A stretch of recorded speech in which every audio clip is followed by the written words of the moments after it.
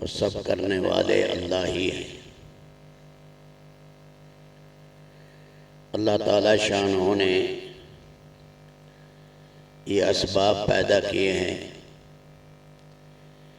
ان کی حکمتیں ہیں۔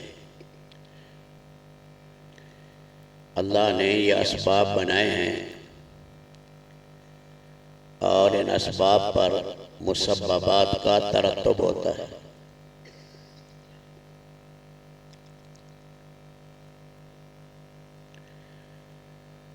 تو یہ ذرا سمجھنے کی بات ہے کہ ہمیں اسباب کے بارے میں کیا عقیدہ رکھنا ہے۔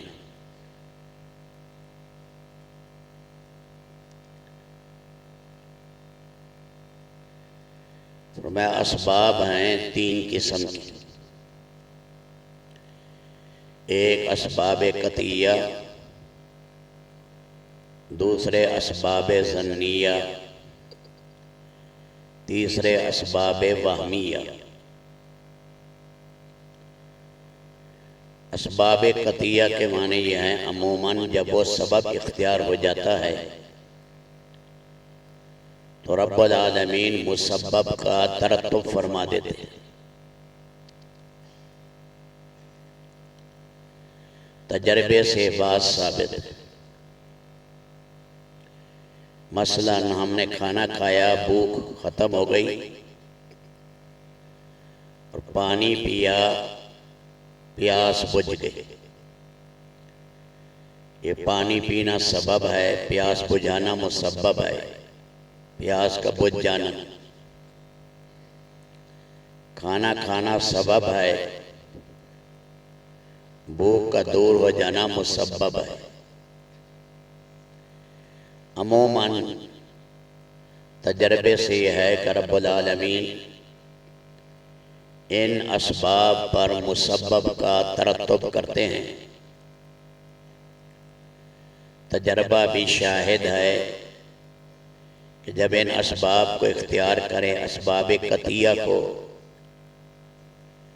تو آگے مسبب وجود میں آ جاتا ہے۔ اور یہ بھی بات ذہن میں رہے، جیسے چیزوں کے خالق اللہ ہیں، چیزوں کے اندر جو تاثیرات رکھی ہیں وہ بھی اللہ ہی نے رکھی۔ پانی ہے، اس میں اللہ نے برودت رکھی ہے۔ آگ ہے، اس میں جلانے کی صفت رکھی ہے۔ سردی کی صفت ہے، گرمی کی صفت ہے۔ زہر کھائیں، اس کی صفت ہے، وہ آنتیں کاٹتی ہے۔ تو اسباب کے خالق بھی اللہ ہیں، اور اسباب میں جو تاثیرات اور خواص ہیں وہ بھی اللہ نے رکھے ہیں۔ ہم اہل سنت والجماعت کا عقیدہ ہے، ایمان ہے کہ یہ تاثیرات کا ہم انکار نہیں کرتے کہ سبب ہے، اس کی تاثیر نہیں، لیکن کہتے ہیں سبب کا خالق بھی اللہ اور تاثیر کا خالق بھی اللہ۔ عموماً سبب کے بعد وہ تاثیر مرتب ہو جاتی ہے۔ اللہ پاک نہ چاہیں تو مرتب نہ ہو، لیکن عموماً جو ہے اکثر جو ہے وہ سبب کے بعد تاثیر مرتب ہو جاتی ہے۔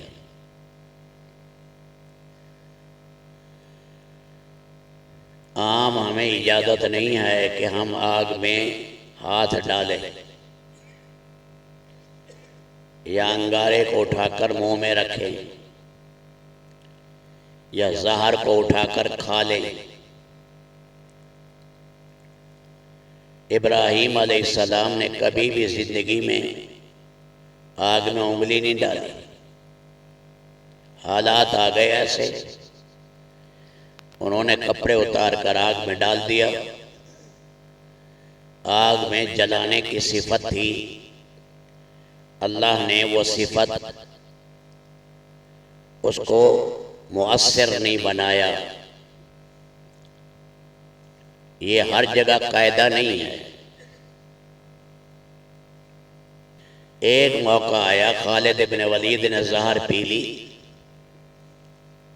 زہر نے اثر نہیں کیا. باقی کسی صحابی نے ایسا نہیں کیا کہ ہم بھی زہر پی لیں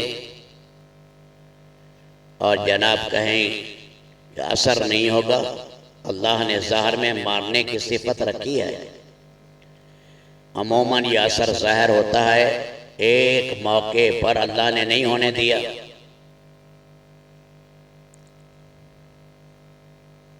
عموماً آگ میں ڈالیں تو آدمی جل جاتا ہے، ایک موقع ایسا آیا کہ نہیں جلی. ایک دفعہ صحابہ کرام نے اپنے گھوڑے دریا میں ڈالے قادسیہ میں.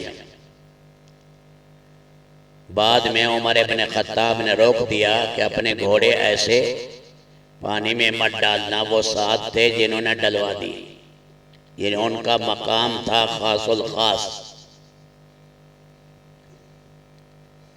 تو بعد دفعہ ہم توکل کہتے ہیں، بے توکل ہے، صفت کا بھی انکار کر دیتے کہ پانی میں پیاس بجھانے کی صفت ہی نہیں ہے، اور کھانے میں بھوک بجھانے کی صفت ہی نہیں ہے، اور زہر میں مارنے کی صفت ہی نہیں ہے. یہ غلط عقیدہ ہے.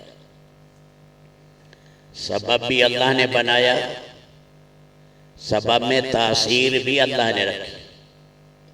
ہاں یہ کہیں گے کہ عموماً یہ سبب سے یہ اثر مرتب ہوتا ہے، اللہ چاہیں تو مرتب نہ ہو. اس کو کہتے ہیں تخلف ہو گیا کہ مسبب سبب پر مرتب نہیں ہو سکتا. اس لیے اسباب قطعیہ خیال کرنا، اسباب قطعیہ ان کا ترک کرنا منع ہے. کہ میں کھانا نہیں کھاؤں گا، میرا اللہ پر توکل ہے. یہ توکل نہیں، تعطل ہے. تعطل اللہ نے اسباب بیکار بنائے. ربنا ما خلقت ھذا باطلا، اس کا یہی معنی اللہ نے اسباب بیکار نہیں بنائے. اللہ نے یہ دنیا کا نظام بیکار نہیں بنایا. اس لیے اللہ کے ضابطے کا خیال رکھو.